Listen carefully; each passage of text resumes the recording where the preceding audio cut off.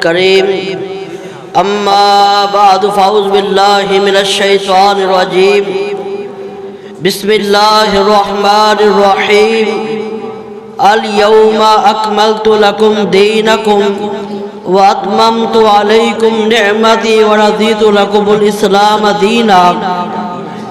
حضرات گرامی قدر، ختم نبوت ایک ایسا مسئلہ ہے جو ہمارے ایمان کا مسئلہ ہے اور جس کے اندر ہماری ایمانی غیرت موجود ہے، جس کے اوپر کسی قسم کا بھی سمجھوتا نہیں کیا جا سکتا، کیونکہ اللہ رب العزت نے ختم نبوت کو اس انداز میں بیان فرما دیا، اليوم اکملت لکم دینکم واتممت علیکم نعمتی ورضیت لکم الاسلام دینا۔ اے میرے پیغمبر، آج ہم نے آپ کے اوپر آپ کے دین کو مکمل فرما دیا ہے اور آپ کے اوپر ہم نے اپنی نعمتوں کو مکمل کر دیا ہے اور میں نے آپ کے لیے دین اسلام کو پسند فرمایا ہے۔ اور دوسرے مقام پر اللہ رب العزت نے ختم نبوت کو اس انداز میں بیان فرما دیا، وَمَا أَرْسَلْنَاكَ إِلَّا كَافَةً لِلنَّاسِ بَشِيرًا وَنَذِيرًا وَلَكِنَّ أَكْثَرَ النَّاسِ لَا يَعْلَمُونَ۔ اے میرے پیغمبر، ہم نے آپ کو تمام لوگوں کے لیے بشارت دینے والا، ڈرانے والا بنا کر بھیجا ہے اور لیکن اکثر لوگ نہیں جانتے۔ تیسرے مقام پر اللہ رب العزت نے آقا علیہ السلام کی ختم نبوت کو اس انداز میں بیان فرما دیا، یا ایھا النبی انا ارسلناک شاہدا ومبشرا ونذیرا وداعیا الی اللہ باذنہ وسراجا منیرا۔ اے میرے نبی، ہم نے آپ کو شاہد، گواہی دینے والا، بشارت دینے والا، ڈرانے والا اور اللہ کی طرف سے اور اللہ کے حکم سے دعوت دینے والا، اور ہم نے آپ کو چراغ بنا کر بھیجا ہے۔ حضرات گرامی قدر، چوتھے مقام پر اللہ رب العزت نے آقا علیہ السلام کی ختم نبوت کو اس انداز میں بیان فرما دیا، ما کان محمد ابا احد من رجالکم ولکن رسول اللہ وخاتم النبیین وکان اللہ بکل شیء علیما، کہ محمد صلی اللہ علیہ وسلم مردوں میں سے کسی کے باپ نہیں ہیں، بلکہ آقا علیہ السلام تو خاتم النبیین ہیں، لیکن اللہ تعالیٰ خوب جانتا ہے۔ حضرات گرامی قدر، اس سے معلوم ہوا کہ آقا علیہ السلام کی ختم نبوت کا سلسلہ ختم ہو چکا ہے۔ اللہ رب العزت نے آپ کو خاتم النبیین بنا کر ساری دنیا کے لیے مبعوث کیا ہے۔ اور آقا علیہ السلام نے اپنی ختم نبوت کے بارے میں کیا فرمایا تھا؟ آقا علیہ السلام نے فرمایا، اللہ تعالیٰ نے ختم نبوت کو اور رسالت کو منقطع کر دیا ہے، میں اللہ کا آخری نبی ہوں، میرے بعد کوئی نبی نہیں آئے گا۔ اور آقا علیہ السلام نے فرما دیا، جو ختم نبوت کا دعویٰ کرے گا وہ کذاب ہو سکتا ہے، وہ جھوٹا ہو سکتا ہے، وہ اللہ کا نبی نہیں ہو سکتا۔ اور آقا علیہ السلام نے اس امر کا اعلان فرما دیا، وَإِنَّهُ سَيَكُونُ فِي أُمَّتِي كَذَّابُونَ ثَلَاثُونَ كُلُّهُمْ يَزْعُمُهُمْ كُلُّهُمْ أَنَّهُ نَبِيٌّ وَأَنَا خَاتَمُ النَّبِيِّينَ لَا نَبِيَّ بَعْدِي۔ آقا علیہ السلام نے فرمایا، بے شک 30 کی تعداد میں کذاب جھوٹے آئیں گے، ان میں سے ہر ایک دعویٰ کرے گا میں اللہ کا نبی ہوں، حالانکہ وہ سارے جھوٹے ہوں گے۔ اور آقا علیہ السلام نے فرمایا، میں نبیوں میں سے اللہ کا آخری نبی ہوں، میرے بعد کوئی نبی نہیں آئے گا۔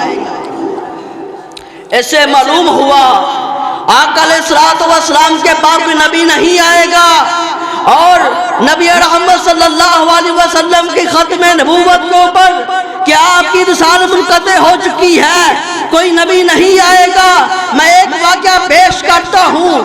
آقا علیہ الصلوۃ والسلام کے پیارے صحابی سیدنا ابو بکر صدیق رضی اللہ تعالیٰ عنہ، سیدنا عمر رضی اللہ تعالیٰ عنہ، دونوں کا آپس میں ملاقات ہوتی ہے۔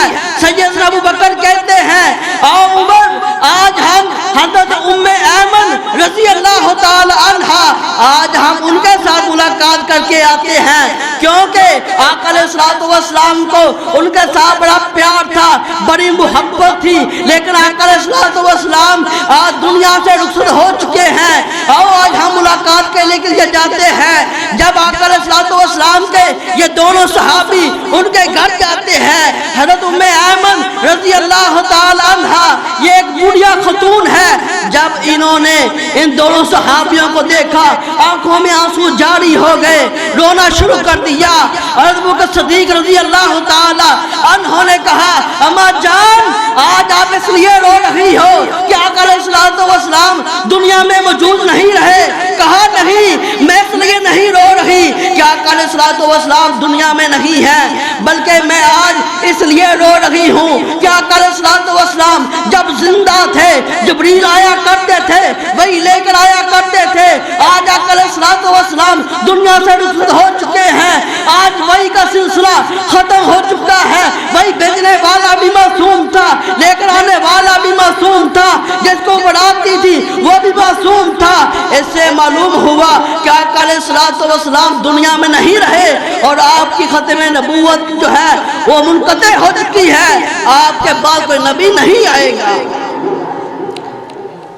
یاد رکھنا، جس نے بھی آقا علیہ الصلوۃ والسلام کی ختم نبوت کے اوپر ڈاکہ ڈالنے کی کوشش کی، اللہ رب العزت نے اس کو عبرت کا نشان بنا دیا، اس کو دنیا کے لیے ذلیل و رسوا بنا دیا، ذلت رسوائی اس کا مقدر بن گئی۔